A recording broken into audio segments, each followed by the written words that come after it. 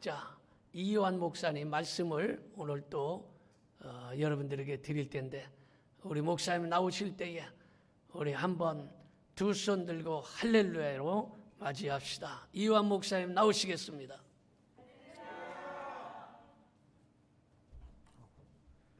할렐루야. 지금 저는요, 벨기에 브뤼셀 한인교회라는 교회에서 섬기고 있습니다. 근데 브뤼셀 한인교회에서는 교독문을 매주 할 때 항상 10계명을 가지고 교독을 해요. 그런데 어떤 성도님이, 제가 건너 들은 이야기지만 이런 말을 하셨다고 합니다. 아니, 구약이 폐지된 지가 언젠데 10계명을 매주 이렇게 하느냐. 저는 이 얘기를 듣고 크게 놀랐어요. 아니, 어떻게 그런 생각을 할 수가 있지? 구약은 폐지되고 신약만 있으면 된다라는 생각을 어떻게 할 수 있을까? 이런 생각을 한 적이 있습니다. 고대 초대교회 때는 이것을 말시온 이단이라고 했었고, 루터도 한번 실수를 한 적이 있어요.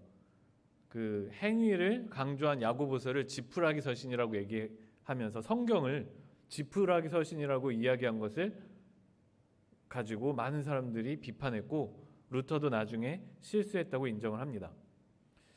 이게 복음을 잘 몰라서, 그리고 성경을 잘 몰라서 이런 일이 일어난다고 생각을 합니다. 마태복음 5장 17절 보면 이렇게 말합니다. 내가 율법이나 선지자를 폐하러 온 줄로 생각하지 말라. 폐하러 온 것이 아니요 완전하게 하려 함이라. 아멘. 예수님은 율법을 없애러 오신 게 아니에요. 율법을 완성하러 오신 겁니다. 그러면 예수님이 율법을 완성하셨다는 게 무슨 의미냐?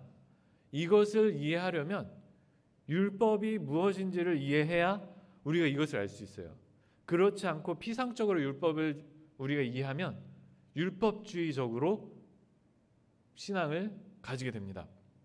아니면 정반대로 반율법주의적으로 신앙생활을 하게 돼요. 그러나 율법주의나 반율법주의는 둘 다 틀린 겁니다. 율법은 좋은 거예요. 하나님께서 율법을 주신 이유가 뭐냐면 이스라엘 백성들에게 복을 주기 위해서 율법을 주신 거예요. 이것을 모르면 율법은 나쁜 거라고 생각을 하게 됩니다. 그래서 우리가 순서를 알아야 돼요. 개혁주의는 복음이 먼저고 그에 대한 반응으로 우리가 감사의 행동을 하는 거예요. 율법도 마찬가지입니다. 하나님의 은혜가 먼저고 그에 대한 반응으로 우리가 행동하는 것이 바로 율법이에요. 즉 율법은 우리를 고생스럽게 하기 위한 것이 아니라 우리를 복되게 하기 위한 좋은 것이고 선물이라는 것입니다. 출애굽기 19장 한번 보겠습니다. 우리가 보았던 본문 말씀인데 이 말씀을 보면 그 사실을 잘 알 수 있습니다. 출애굽기 19장 4절에서 6절은 출애굽기와 레위기의 요약이에요. 특히 4절과 5절을 보면 하나님이 먼저 구원하시고 그 다음에 율법을 주셨다는 것을 우리가 알 수 있습니다. 4절에 이렇게 말합니다. 내가 애굽 사람에게 어떻게 행하였음과 내가 어떻게 독수리 날개로 너희를 업어 내게로 인도하였음을 너희가 보았느니라. 아마 화면을 보시면, 파워포인트를 보시면 좀 아실 수 있을 텐데 하나님께서 먼저 이스라엘 백성을 구원하셨어요. 이것이 두 가지 방법이 있었는데 첫째가 무엇이냐면 바로 10가지 재앙이었어요. 하나님께서 이스라엘 백성들을 위해 어떻게 행하셨는가. 그리고 두 번째가 무엇이었냐면 하나님께서 어떻게 독수리 날개로 이스라엘 백성을 업어서 인도하셨는가. 두 번째는 홍해 사건. 홍해 사건 이후 불기둥과 물기둥을 통해 이스라엘 백성을 인도하여 내신 것이 바로 하나님의 인도입니다. 즉 하나님께서 이스라엘 백성들을 구원하시기 위해서 10가지 계명 아니죠. 10가지 재앙이랑 그리고 홍해 사건과 불기둥과 구름기둥을 통해 이스라엘 백성들을 구원하셨어요. 그 다음에 하나님께서 이렇게 말씀하시는 거예요. 세계가 다 내게 속하였나니 너희가 내 말을 잘 듣고 내 언약을 지키면 너희는 모든 민족 중에서 내 소유가 되겠고 너희가 내게 대하여 제사장 나라가 되며 거룩한 백성이 되리라. 너는 이 말을 이스라엘 자손에게 전할지니라. 아멘. 하나님이 먼저 이스라엘 백성들을 구원하신 다음에 이렇게 말씀하시는 거예요. 계약을 맺자. 계약을 맺자. 이 계약이 뭐냐면 결혼 계약이었어요. 결혼식이었죠. 계약을 맺자. 이게 출애굽기 1장부터 19장까지가 우리가 보았던 메추라기, 만나, 그리고 10가지 재앙 이런 이야기들이 1장부터 19장까지 딱 다 나오고 20장부터 24장까지 결혼식을 하나님과 이스라엘 백성 사이에 결혼식을 맺는 장면이 나와요. 그러고 나서 하나님께서 이 결혼식 계약 때 어떤 이야기를 하시냐면 너희가 이 계약을 지키면 복을 받을 거야. 이렇게 이야기를 하시는 거예요. 그 중에 무엇이냐면 율법이 들어가요. 너희가 계약을 잘 지키면 이 율법이라는 복을 받을 거야. 이 율법이 우리는 억지로 지켜야만 되는 것이라고 생각을 하는데 그게 아니라 하나님께서 율법을 복으로 주신 겁니다.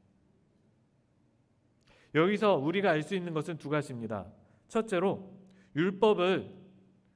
우리가 율법을 지켜서 구원을 받는 게 아니라 하나님이 먼저 구원해 주시고 그 뒤에 율법을 주신 거예요. 마찬가지로 우리의 행위, 우리의 감사의 행위는 먼저 복음, 구원이 먼저고 그 다음에 우리의 감사의 행위가 나와야 된다는 것입니다. 십계명도 마찬가지예요. 십계명 우리가 다 읽어보면 맨 앞에 서론이 나와요. 서문이. 하나님께서 먼저 이스라엘 백성을 구원해 주셨으니 이제 너희가 지켜라. 이런 말씀이 우리가 십계명을 읽어보면 맨 앞에 나옵니다. 둘째로 율법을 지키는 건 조건이 아니에요. 우리가 무언가를 더 얻기 위한 조건이 아니라 율법 그 자체가 우리의 복이 된다는 것입니다. 그래서 오늘은 이 세 가지 복에 대해서 살펴보도록 하겠습니다. 첫 번째 복은 이것입니다. 십계명을 지키면 우리는 하나님의 소유가 된다는 것입니다. 출애굽기 19장 5절 보시면 이렇게 말합니다. 너희가 하반절만 읽겠습니다. 너희가 내 말을 잘 듣고 내 언약을 지키면 너희는 모든 민족 중에서 내 소유가 되겠고 하나님의 소유가 되는 복을 주신다는 거예요. 그런데 우리는 이 사실을 알아야 됩니다. 누가 우리의 주인이 되느냐에 따라 우리의 삶이 완전히 달라진다는 거예요. 픽사라는 애니메이션 스튜디오에는 토이스토리라는 애니메이션이 있습니다. 우리가 이것을 보면 명료하게 살필 수 있습니다. 파워포인트가 지금 준비가 되어 있나요? 토이스토리는 아마 아시는 분은 아실 거예요. 장난감들이 주인공인 애니메이션인데 이 애니메이션에는 두 종류의 주인이 나옵니다. 두 종류의 주인이 나와요. 첫 번째 주인은 시드라고 하는 주인입니다. 시드가 주인이 되면 우리의 삶은 나락으로 떨어집니다. 시드는 우리를 함부로 대하는 주인이에요. 그는 우리 한 사람 한 사람에 대한 개인적이고 인격적인 관심이 없습니다.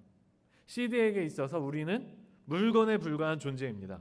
그래서 시드는 장난감들의 목을 잘라서 다른 존재의 다른 장난감의 목에 붙이기도 하고 이 장난감을 폭죽으로 터뜨려 쏘아 올리기도 하고 심지어 장난감의 배를 갈라서 그 안에 있는 내용물, 솜을 빼내기도 합니다.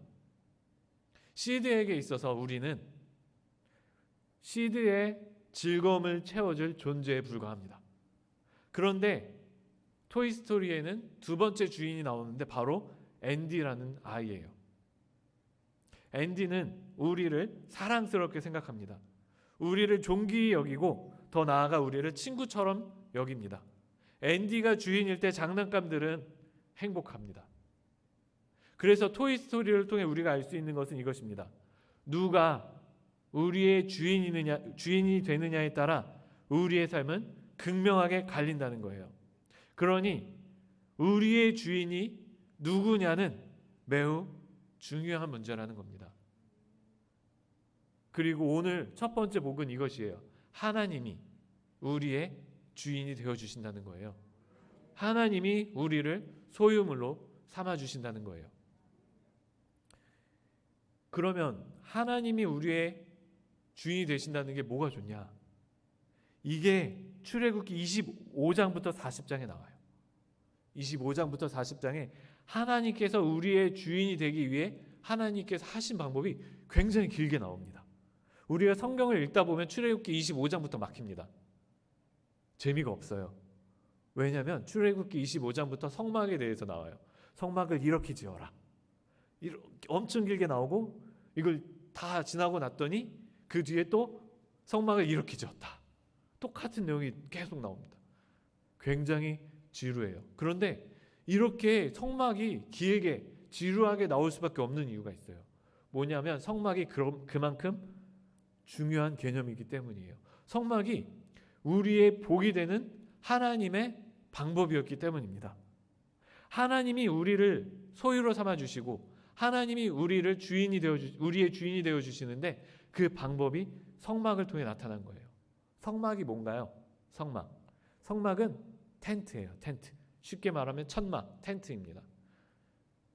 이 말씀을 출애굽기 25장부터 40장까지를 요약하면 이 뜻이에요. 하나님이 우리를 너무 사랑하셔서 이 땅에 내려와 텐트 치고 같이 살아주신다는 거예요. 다시 말해서 하나님은 우리 한 사람 한 사람과 동행해 주시겠다. 이것이 바로 성막의 의미입니다. 하나님이 우리에게 주신 복, 하나님이 우리의 주인이 되었을 때 우리가 누릴 수 있는 복이 무엇이냐면 하나님이 우리와 동행해 주시는 거예요. 근데 신약에서는 이것이 더욱 발전되어 나타나요. 요한복음에 이런 말씀이 있죠. 예수님께서 말씀이 육신이 되어 말씀이 육신을 장막 삼아 우리와 함께 거해 주셨다는 거예요. 예수님이 사람이 되셔서 우리와 함께 동행해 주셨다는 것이 바로 하나님의 복이라는 거예요. 이것이 더 나아가 예수님이 뭐라고 말씀하시죠? 내가 빨리 올라가야 된다. 왜? 성령님이 우리를 성전 삼아서 우리 안에 거해 주셔야 되기 때문이에요. 성령이 우리 안에 거해 주시는 복이 바로 하나님이 우리의 주인 되시는 복, 우리가 하나님의 소유가 되는 복이라는 거예요. 이것이 얼마나 귀한지 우리가 말씀을 통해서 우리가 출애굽기를 읽으며 그리고 또한 이 바울서신과 그 외의 신약의 여러 말씀들을 읽으면서 항상 날마다 상고하고 누리고 묵상해서 그것을 우리가 날마다 깨달아야 한다는 것입니다. 두 번째 살펴보기 전에 이게 우리가 다른 것이 우리의 주인이 되면 우리의 삶은 괴로워져요. 하나님이 우리의 주인이 되시면 우리는 참된 만족을 누리고 기쁘다는 것입니다. 이것을 항상 깨닫는 우리 성도님들 되시기를 소망합니다. 두 번째 복은 이것입니다. 제사장 나라가 되는 복이었어요. 볼까요? 출애굽기 19장 6절에 너희가 내게 대하여 제사장 나라가 되며 이렇게 말합니다. 제사장 나라가 되는 것이 복이었어요. 제사장 나라가 어떤 나라냐? 쉽게 말해서 이것이에요. 율법. 우리가 율법을 지키지 못할 때 우리가 이것을 회복하기 위해서 드렸던 것이 제사입니다. 율법이 뭔가요? 두 가지가 있어요. 첫째로 하나님과의 관계를 위한 법, 둘째로 사람과의 관계를 위한 법입니다. 그래서 이 율법이 뭐가 좋냐? 우리가 이 이야기를 들으면 이해하실 수 있을 거예요. 제가 어렸을 때의 이야기입니다. 제가 어렸을 때 제 동생이 울고 있었어요. 제 동생이 울고 있으니까 저희 아버지가 이렇게 말씀하십니다. 요한아, 요셉이 때리지 마. 제가 동생을 때렸거든요. 요셉이 때리지 마. 한 번만 더 때려봐. 그때 제가 알겠다고 했어요. 그리고 며칠 뒤에 제 동생이 또 울기 시작합니다. 저희 아버지가 와서 물어보세요. 이야기하세요. 때리지 말랬지? 제가 뭐라고 대답했을까요? 안 때렸어요. 저는 제 동생을 안 때리고 놀렸어요. 욕하고 너 죽어 이러면서 협박했어요. 이게 제가 제 아버지의 말씀을 지킨 걸까요? 제 아버지가 동생 때리지 마 이렇게 이야기했을 때 동생 때리지 마 이 의미가 무엇이었을까요? 동생하고 사이좋게 서로 사랑하며 지내라. 우리가 십계명을 통해서 그리고 하나님의 율법을 통해서 지켜야 되는 게 이거예요. 내 이웃과 서로 사랑하는 거예요. 하나님과 서로 사랑하는 거예요. 근데 유대인들이 이것을 잘못 지켰어요. 어떻게 하면 더 사랑할 수 있을까? 이것을 연구해야 되는데 이 사람들은 어떻게 하면 율법을 안 어길 수 있을까? 이걸 연구한 거예요. 어떻게 하면 율법을 안 어길 수 있을까? 제가 했던 방식이죠. 어떻게 하면 내 동생을 괴롭혀야 되는데 내 동생을 어떻게 혼내줘야 되는데 어떻게 하면 안 때리고 혼내줄 수 있을까를 연구한 거예요. 이게 율법주의입니다. 이게 율법주의예요. 예수님이 율법을 완성시킨 거는요. 이제 안 때리는 거에서 넘어가서 서로 사랑할 수 있는 길을 마련해 주신 게 바로 예수님의 방법입니다. 우리가 복음을 통해서 서로를 사랑할 수 있어야 돼요. 이것이 바로 율법이 우리의 복이 되는 이유예요. 율법은 우리의 형제들, 우리의 이웃들, 그리고 하나님을 사랑할 수 있는 최소한의 방법들이 나온 거예요. 그래서 우리가 율법을 지키면서 내 이웃을 사랑할 수 있고 율법을 지키면서 하나님을 사랑할 수 있는데 율법 폐지된 지가 언젠데 아직까지 지키고 있냐 이런 소리를 하고 있으면 답답해지는 거예요. 이 사람이 복음을 알고 있는 게 맞나? 이 사람이 성경을 읽고 있는 게 맞나? 우리가 율법을 통해서 어떻게 하면 더 사랑할 수 있을까를 연구해야 된다는 것입니다. 그래서 율법이 바로 하나님이 우리에게 주신 복임을 날마다 깨닫고 이해하시는 성도님들 되시기를 소망합니다.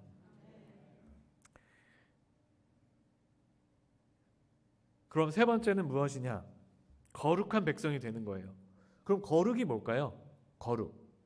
거룩이란 무엇일까요? 제가 지하철에서 집으로 오고 있을 때였어요. 근데 한 성도님이었어요. 술 먹고 이렇게 소리치는 거예요. 나 안수 집사야. 근데 교회 때려 부수겠어. 술 먹고 교회 때려 부수겠다고 소리 지르고 있는 거예요. 제가 그분을 유심히 지켜봤습니다. 도대체 왜 그러나?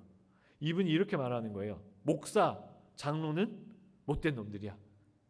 다 죽여버려야 돼. 제가 이분이 이런 이야기를 계속해서 반복하는 걸 듣고 이런 생각을 했습니다. 이분이 집사는커녕 거룩한 백성이 맞을까? 이분이 정말 하나님 믿는 사람이 맞을까? 그리스도인의 모습이 하나도 안 보이는 거예요. 하나도 안 보이는 거예요. 물론 교회에 대한 불만이 있을 수 있어요. 근데 이분이 술 먹고 죽여야 돼. 다 때려 부술 거야. 이런 말을 할 때 이분을 통해서 거룩한 그리스도인의 모습이 하나도 보이지 않았다는 것입니다. 그럼 거룩이란 무엇인가? 분리입니다. 분리. 우리는 선택받은 백성이기 때문에 선택받지 않은 백성과는 다른 모습을 가져야 되는 거예요. 그러면 분리, 이게 무엇이냐? 이 의미가 무엇이냐? 이것을 또 이해해야 합니다. 제가 삼산동에 살 때 이야기입니다. 삼산동에 살 때 자전거를 타고 굴포천역까지 다니곤 했습니다. 근데 삼산동 사시는 분은 아시겠지만 굴포천역에는 자전거가 많아요. 자전거가 엄청 세워져 있습니다. 제가 그때 100대 넘은 자전거를 봤던 것 같아요. 한 번에 100대 넘게 세워져 있는 자전거를 보고 자전거를 거기에 세우고 수련회를 갔다가 돌아오는데 제가 3박 4일 수련회를 하고 오니까 제 자전거가 어디에 세워져 있는지 기억이 안 나는 거예요. 기억이 하나도 안 나는 거예요. 분명히 자전거를 세워주긴 했는데 어디다 세웠을까? 이런 생각을 하면서 엄청 헤매겠지 이러고 지하철에서 내려서 돌아다니기 시작하는데 자전거가 세워져 있는 무수히 많은 자전거 속에서 제 자전거가 바로 눈에 들어온 거예요. 이것이 바로 거룩입니다. 이것이 거룩이에요. 제 자전거는요, 비싼 자전거가 아니었어요. 새 것도 아니었어요. 모양이 예쁘거나 특별하지도 않았어요. 그런데도 저는 제 자전거를 순식간에 한눈에 찾아볼 수 있었습니다. 왜냐하면 이 자전거는 제 것이기 때문이었어요. 바로 옆에 똑같은 자전거가 있어도 저는 이 자전거를 구별해낼 수가 있었습니다. 자전거에 나 있는 자그마한 흠집들이 제 기억 속에 박혀 있었기 때문이에요. 그래서 제 기억 속에 남아있는 이 자전거와 그리고 내가 모르는 똑같은 브랜드의 똑같은 자전거지만 바로 옆에 있는 이 자전거 사이를 완전하게 분리해서 이건 내 거야, 저건 내 거가 아니야, 이걸 알 수 있었다는 거예요.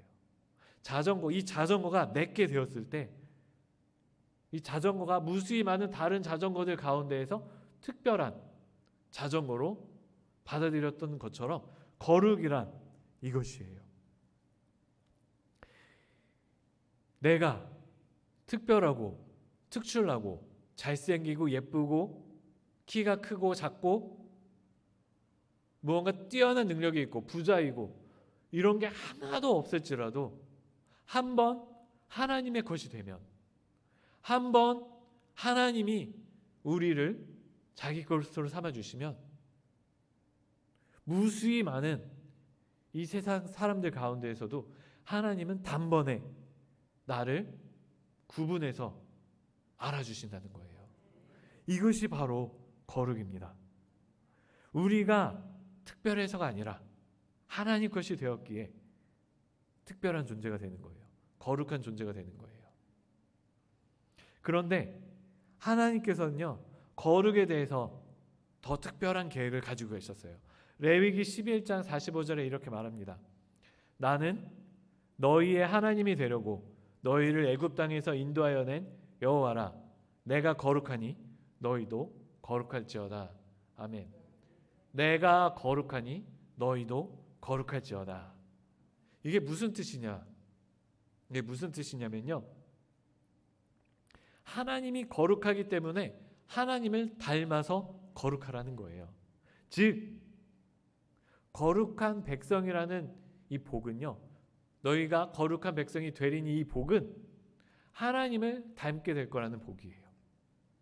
이 복은 하나님을 닮은 자녀가 될 거라는 복이에요.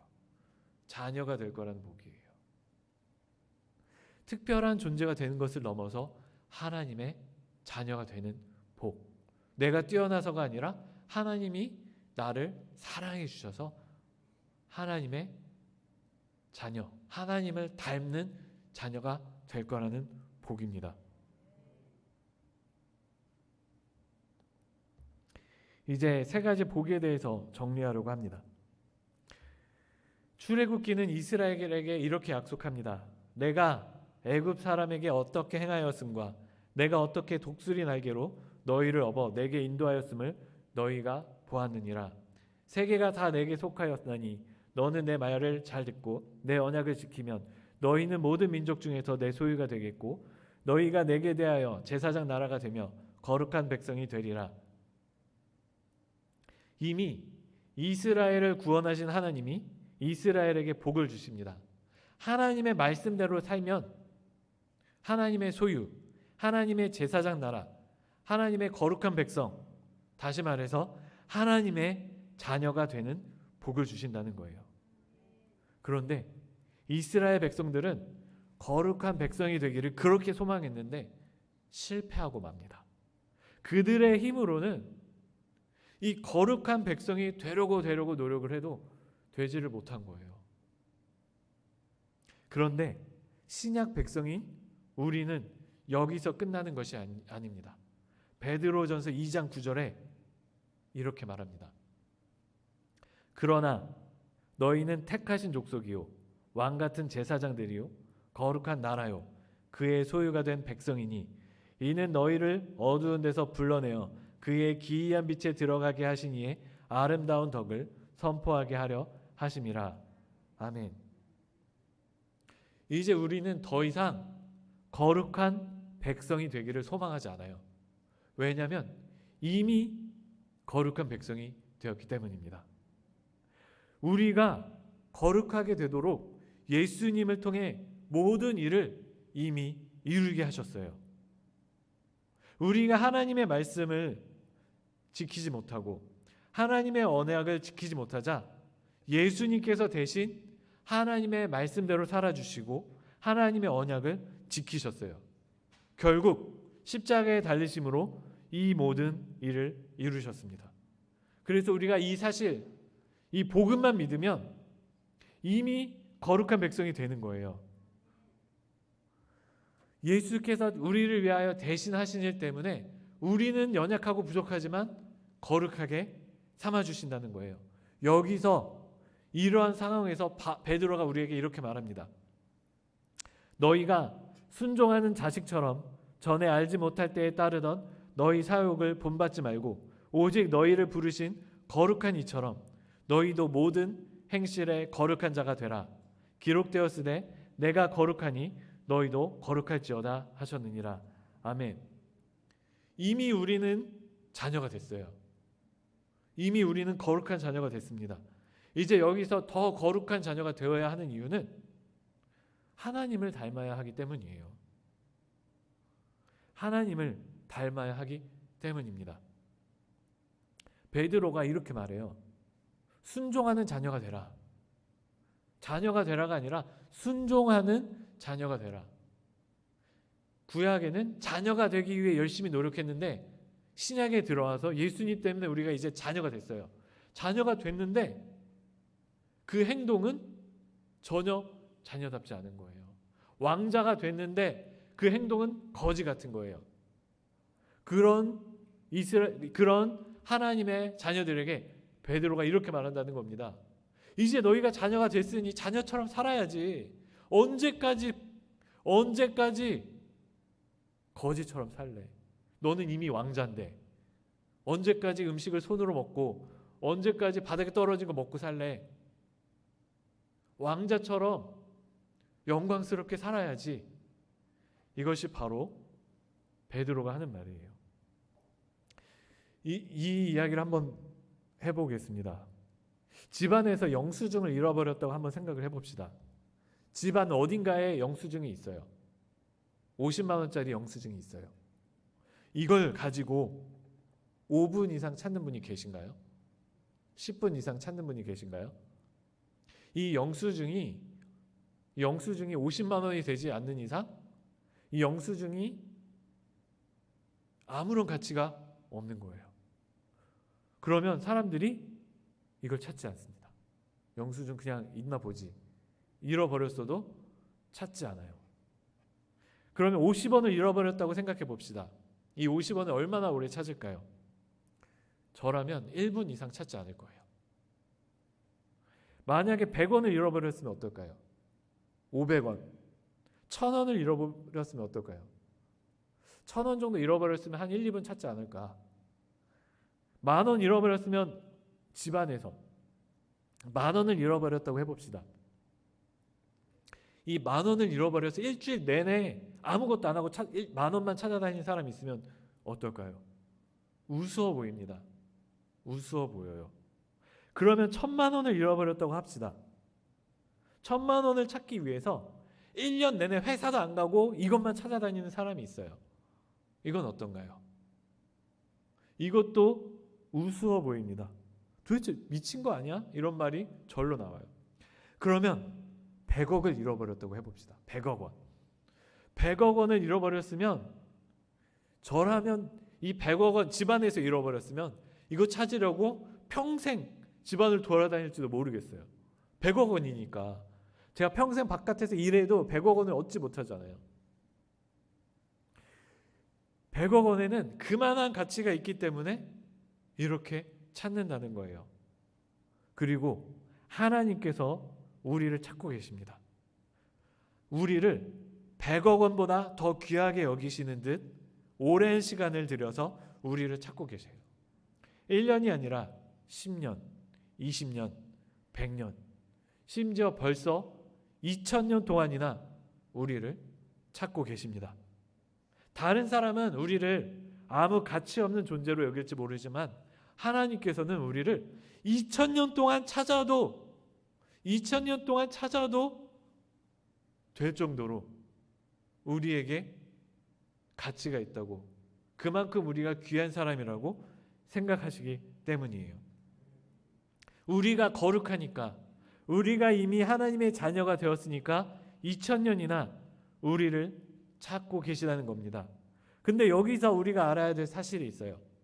특별한 이유가 없는 이상 잃어버린 50원을 찾기 위해 10년을 쓰는 사람은 우스꽝스러워요. 100원을 100년 동안 찾는 사람은 우스꽝스러운 사람입니다. 근데 우리를 2000년이나 찾고 계신 하나님이 세상 사람들 보기에는 우스워 보일 때가 있다는 거예요.